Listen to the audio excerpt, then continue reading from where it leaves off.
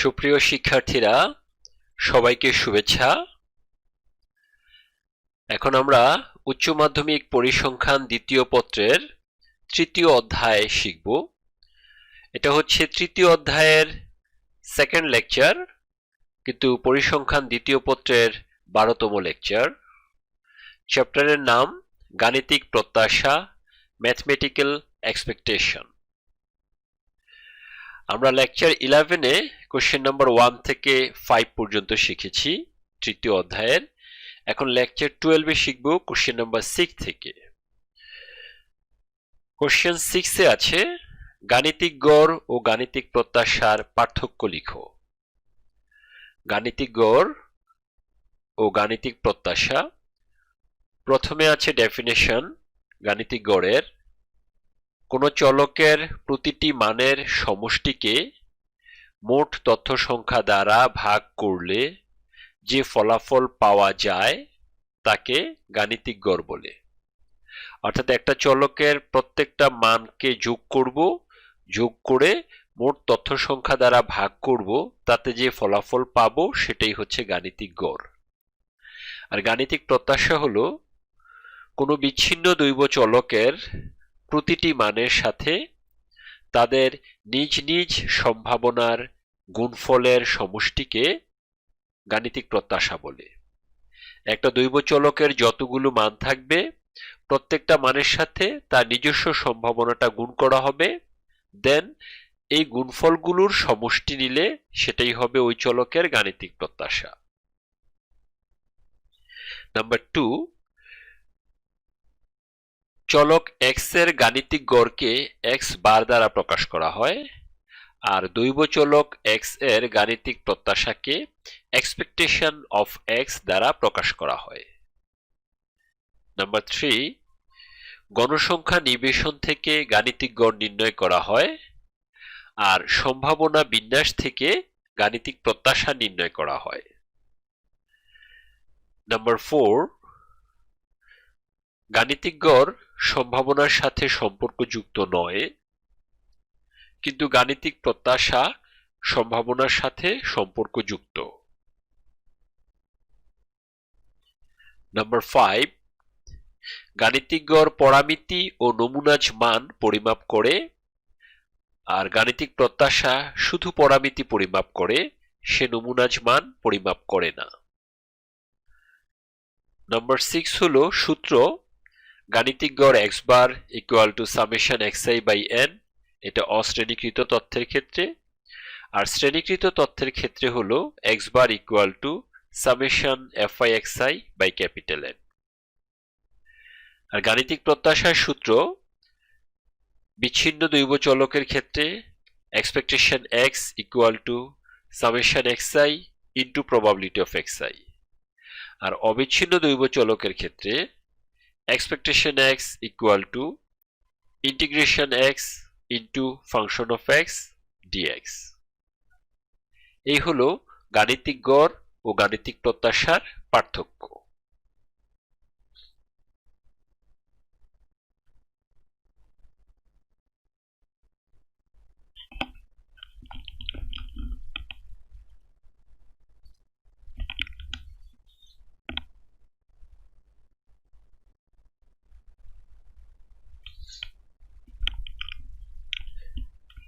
এবার question number 7, দেখাও যে গাণিতিক গড় ও গাণিতিক প্রত্যাশা একই রাশি, অর্থাৎ expectation x equal two x বার।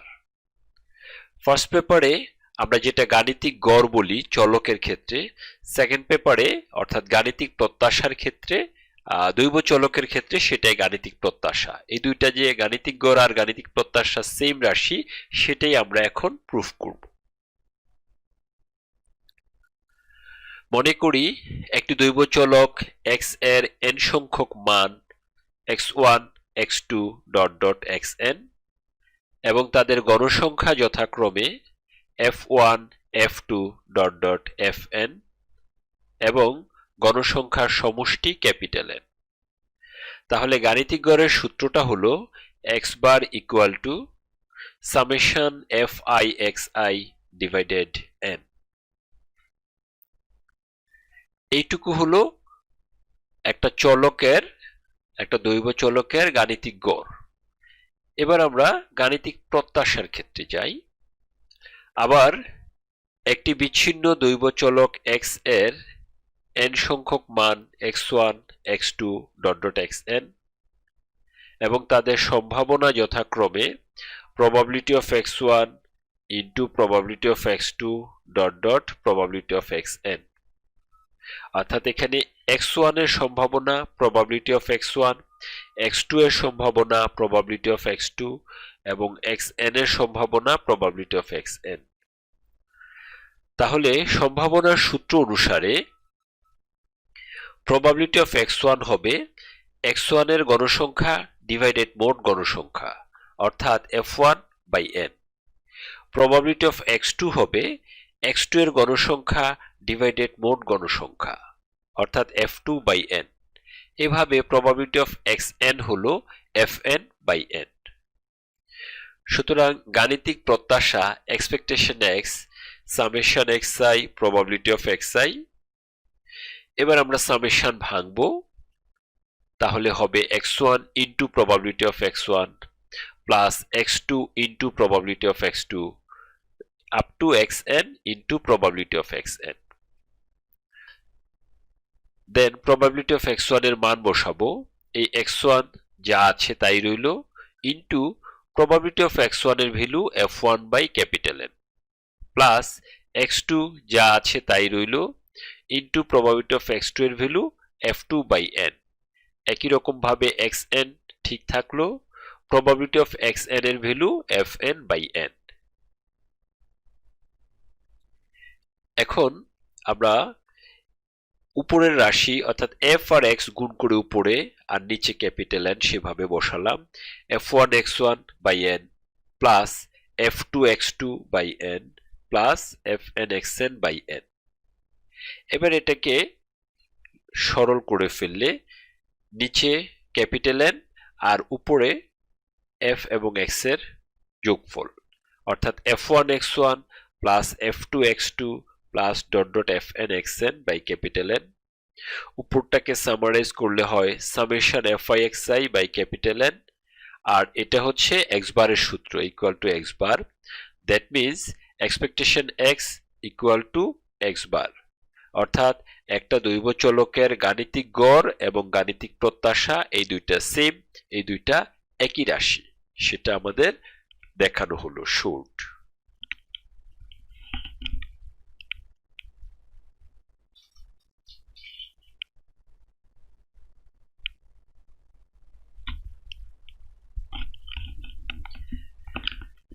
এবার কোশ্চেন নাম্বার 8। গাণিতিক প্রত্যাশার মান ঋণাত্মক হতে পারে কি না ব্যাখ্যা করো। অর্থাৎ গাণিতিক প্রত্যাশা এক্সপেকটেশন অফ এক্স এটার মান কি মাইনাস হতে পারে কিনা, নেগেটিভ হতে পারে কিনা সেটা আমাদের ব্যাখ্যা করতে হবে।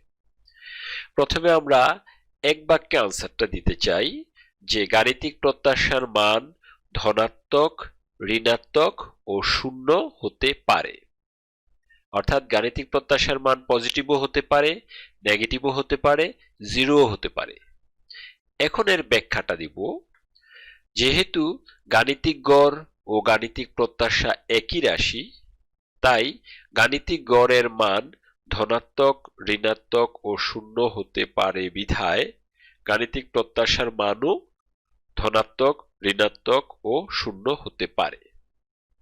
আমরা কিছুক্ষণ আগেই শিখেছি যে গাণিতিক গড় ও গাণিতিক প্রত্যাশা একই রাশি। তো আমরা জানি গাণিতিক গড়ের মান ধনাত্মক হতে পারে, ঋণাত্মকও হতে পারে, শূন্যও হতে পারে। তাহলে গাণিতিক প্রত্যাশার মানও ধনাত্মক হতে পারবে, ঋণাত্মকও হতে পারবে, শূন্যও হতে পারবে। আবার expectation x equal to summation xi probability of xi। অর্থাৎ একটা চলক এবং তার সম্ভাবনার গুণফলের সমষ্টি হচ্ছে ওই চলকের গাণিতিক প্রত্যাশা। তো এখানে প্রবাবিলিটি অফ x এর মান ঋণাত্মক হতে না পারলেও x এর মান ধনাত্মক, ঋণাত্মক ও শূন্য হতে পারে বিধায় এক্সপেকটেশন x এর মান ধনাত্মক, ঋণাত্মক ও শূন্য হতে পারে। আমরা আবার লক্ষ্য করি এক্সপেকটেশন এক্স এর সূত্রটা হলো summation xi into probability of xi। এখানে চলক এবং তার সম্ভাবনা এই দুইটার গুণফল আছে। তো আমরা তো জানি যে সম্ভাবনা কখনো ঋণাত্মক হয় না, that means probability of x always positive সংখ্যা, কিন্তু তার সাথে গুণ আছে দৈব চলক। এই দৈব চলকের মান তো এক্স এর মান তো পজিটিভ হতে পারে, নেগেটিভও হতে পারে, শূন্যও হতে পারে। তাহলে এক্সপেকটেশন এক্স এর ভ্যালুটা ডিপেন্ড করবে এক্স এর উপর। এক্স যদি পজিটিভ হয় তাহলে এক্সপেকটেশন এক্স এর ভ্যালু পজিটিভ হবে, এক্স নেগেটিভ হলে সেটা নেগেটিভ হবে, শূন্য হলে শূন্যও হতে পারে। সেজন্য ফাইনালি আমরা বলতে পারি যে গাণিতিক প্রত্যাশার মান ধনাত্মকও হতে পারে, ঋণাত্মকও হতে পারে, শূন্যও হতে পারে।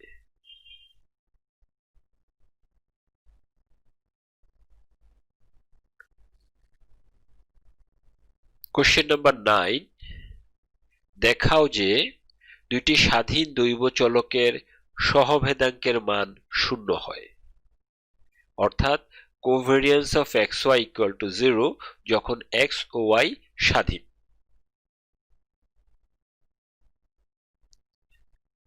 সলিউশনটা হলো, মনে করি এক্স ও ওয়াই দুটি স্বাধীন দৈব চলক এবং তাদের গাণিতিক প্রত্যাশা যথাক্রমে এক্সপেকটেশন এক্স ও এক্সপেকটেশন ওয়াই। এক্স এর গাণিতিক প্রত্যাশা এক্সপেকটেশন এক্স, ওয়াই এর গাণিতিক প্রত্যাশা এক্সপেকটেশন ওয়াই। সুতরাং গাণিতিক প্রত্যাশার গুণের সূত্র থেকে পাই expectation X Y equal to expectation X into expectation Y. এটা আমরা ইকুয়েশন নাম্বার 1 দিলাম। আমরা আগের কোশ্চেনগুলোতে শিখেছি গাণিতিক প্রত্যাশার সূত্র, ধর্ম বা বৈশিষ্ট্য। তো তার গুণের সূত্রটা হলো এরকম, expectation X Y equal to expectation X into expectation Y. এটা ইকুয়েশন নাম্বার 1। এখন সহভেদাঙ্ক covariance X Y equal to expectation X minus E X into Y minus E Y. এবার এই বাহিরের ইটাকে আমরা বাহিরে রাখলাম, গুণ করে দিব। এক্স দিয়ে এই দুইটাকে গুণ করলে হবে X Y minus X into expectation Y. আবার মাইনাস এক্স দিয়ে এই দুইটাকে গুণ করলে হবে minus expectation X into Y plus expectation X into expectation Y. আর এই সম্পূর্ণটাকে সেকেন্ড ব্র্যাকেট দিয়ে রাখা হয়েছে। এবার এই এক্সপেকটেশন ই দ্বারা সবগুলোকে গুণ করা হবে। তো এক্সপেকটেশন গুণ করার একটা বৈশিষ্ট্য হলো, যখন অলরেডি কোনো একটা চলকের সাথে এক্সপেকটেশন আছে সেটার সাথে আরেকবার এই ইটা অ্যাপ্লিকেবল হবে না, আর যে চলকটা ফ্রি আছে এক্সপেকটেশন নেই সেটার সাথে হবে। তাহলে এক্সপেকটেশন এক্স ওয়াই এটা হলো মাইনাস, এখানে ওয়াই এর সাথে এক্সপেকটেশন একবার আছে, তাহলে এই এক্সপেকটেশনটা এক্স এর সাথে অ্যাপ্লিকেবল। সো এক্সপেকটেশন এক্স এটা ইনটু তার সাথে এক্সপেকটেশন ওয়াই আগে থেকেই আছে।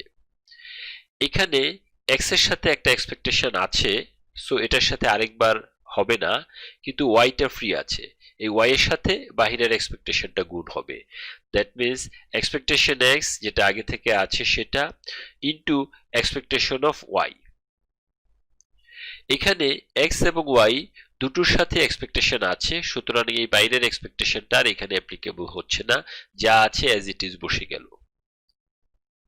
এখন plus expectation X into expectation Y এবং minus expectation X into expectation Y, এই দুইটা ফিনিশ, অবশিষ্ট দুইটা থাকলো। এবার সমীকরণ 1 এর মানটা আমরা এখানে বসালাম, expectation X Y equal to expectation X into expectation Y, আর minus expectation X into expectation Y তো আছেই, এই দুইটা ভ্যানিশ হয়ে ফাইনালি থাকে 0। তার মানে দুটি স্বাধীন দৈব চলকের সহভেদাঙ্ক covariance X Y equal to 0 হয়। এটা শুট।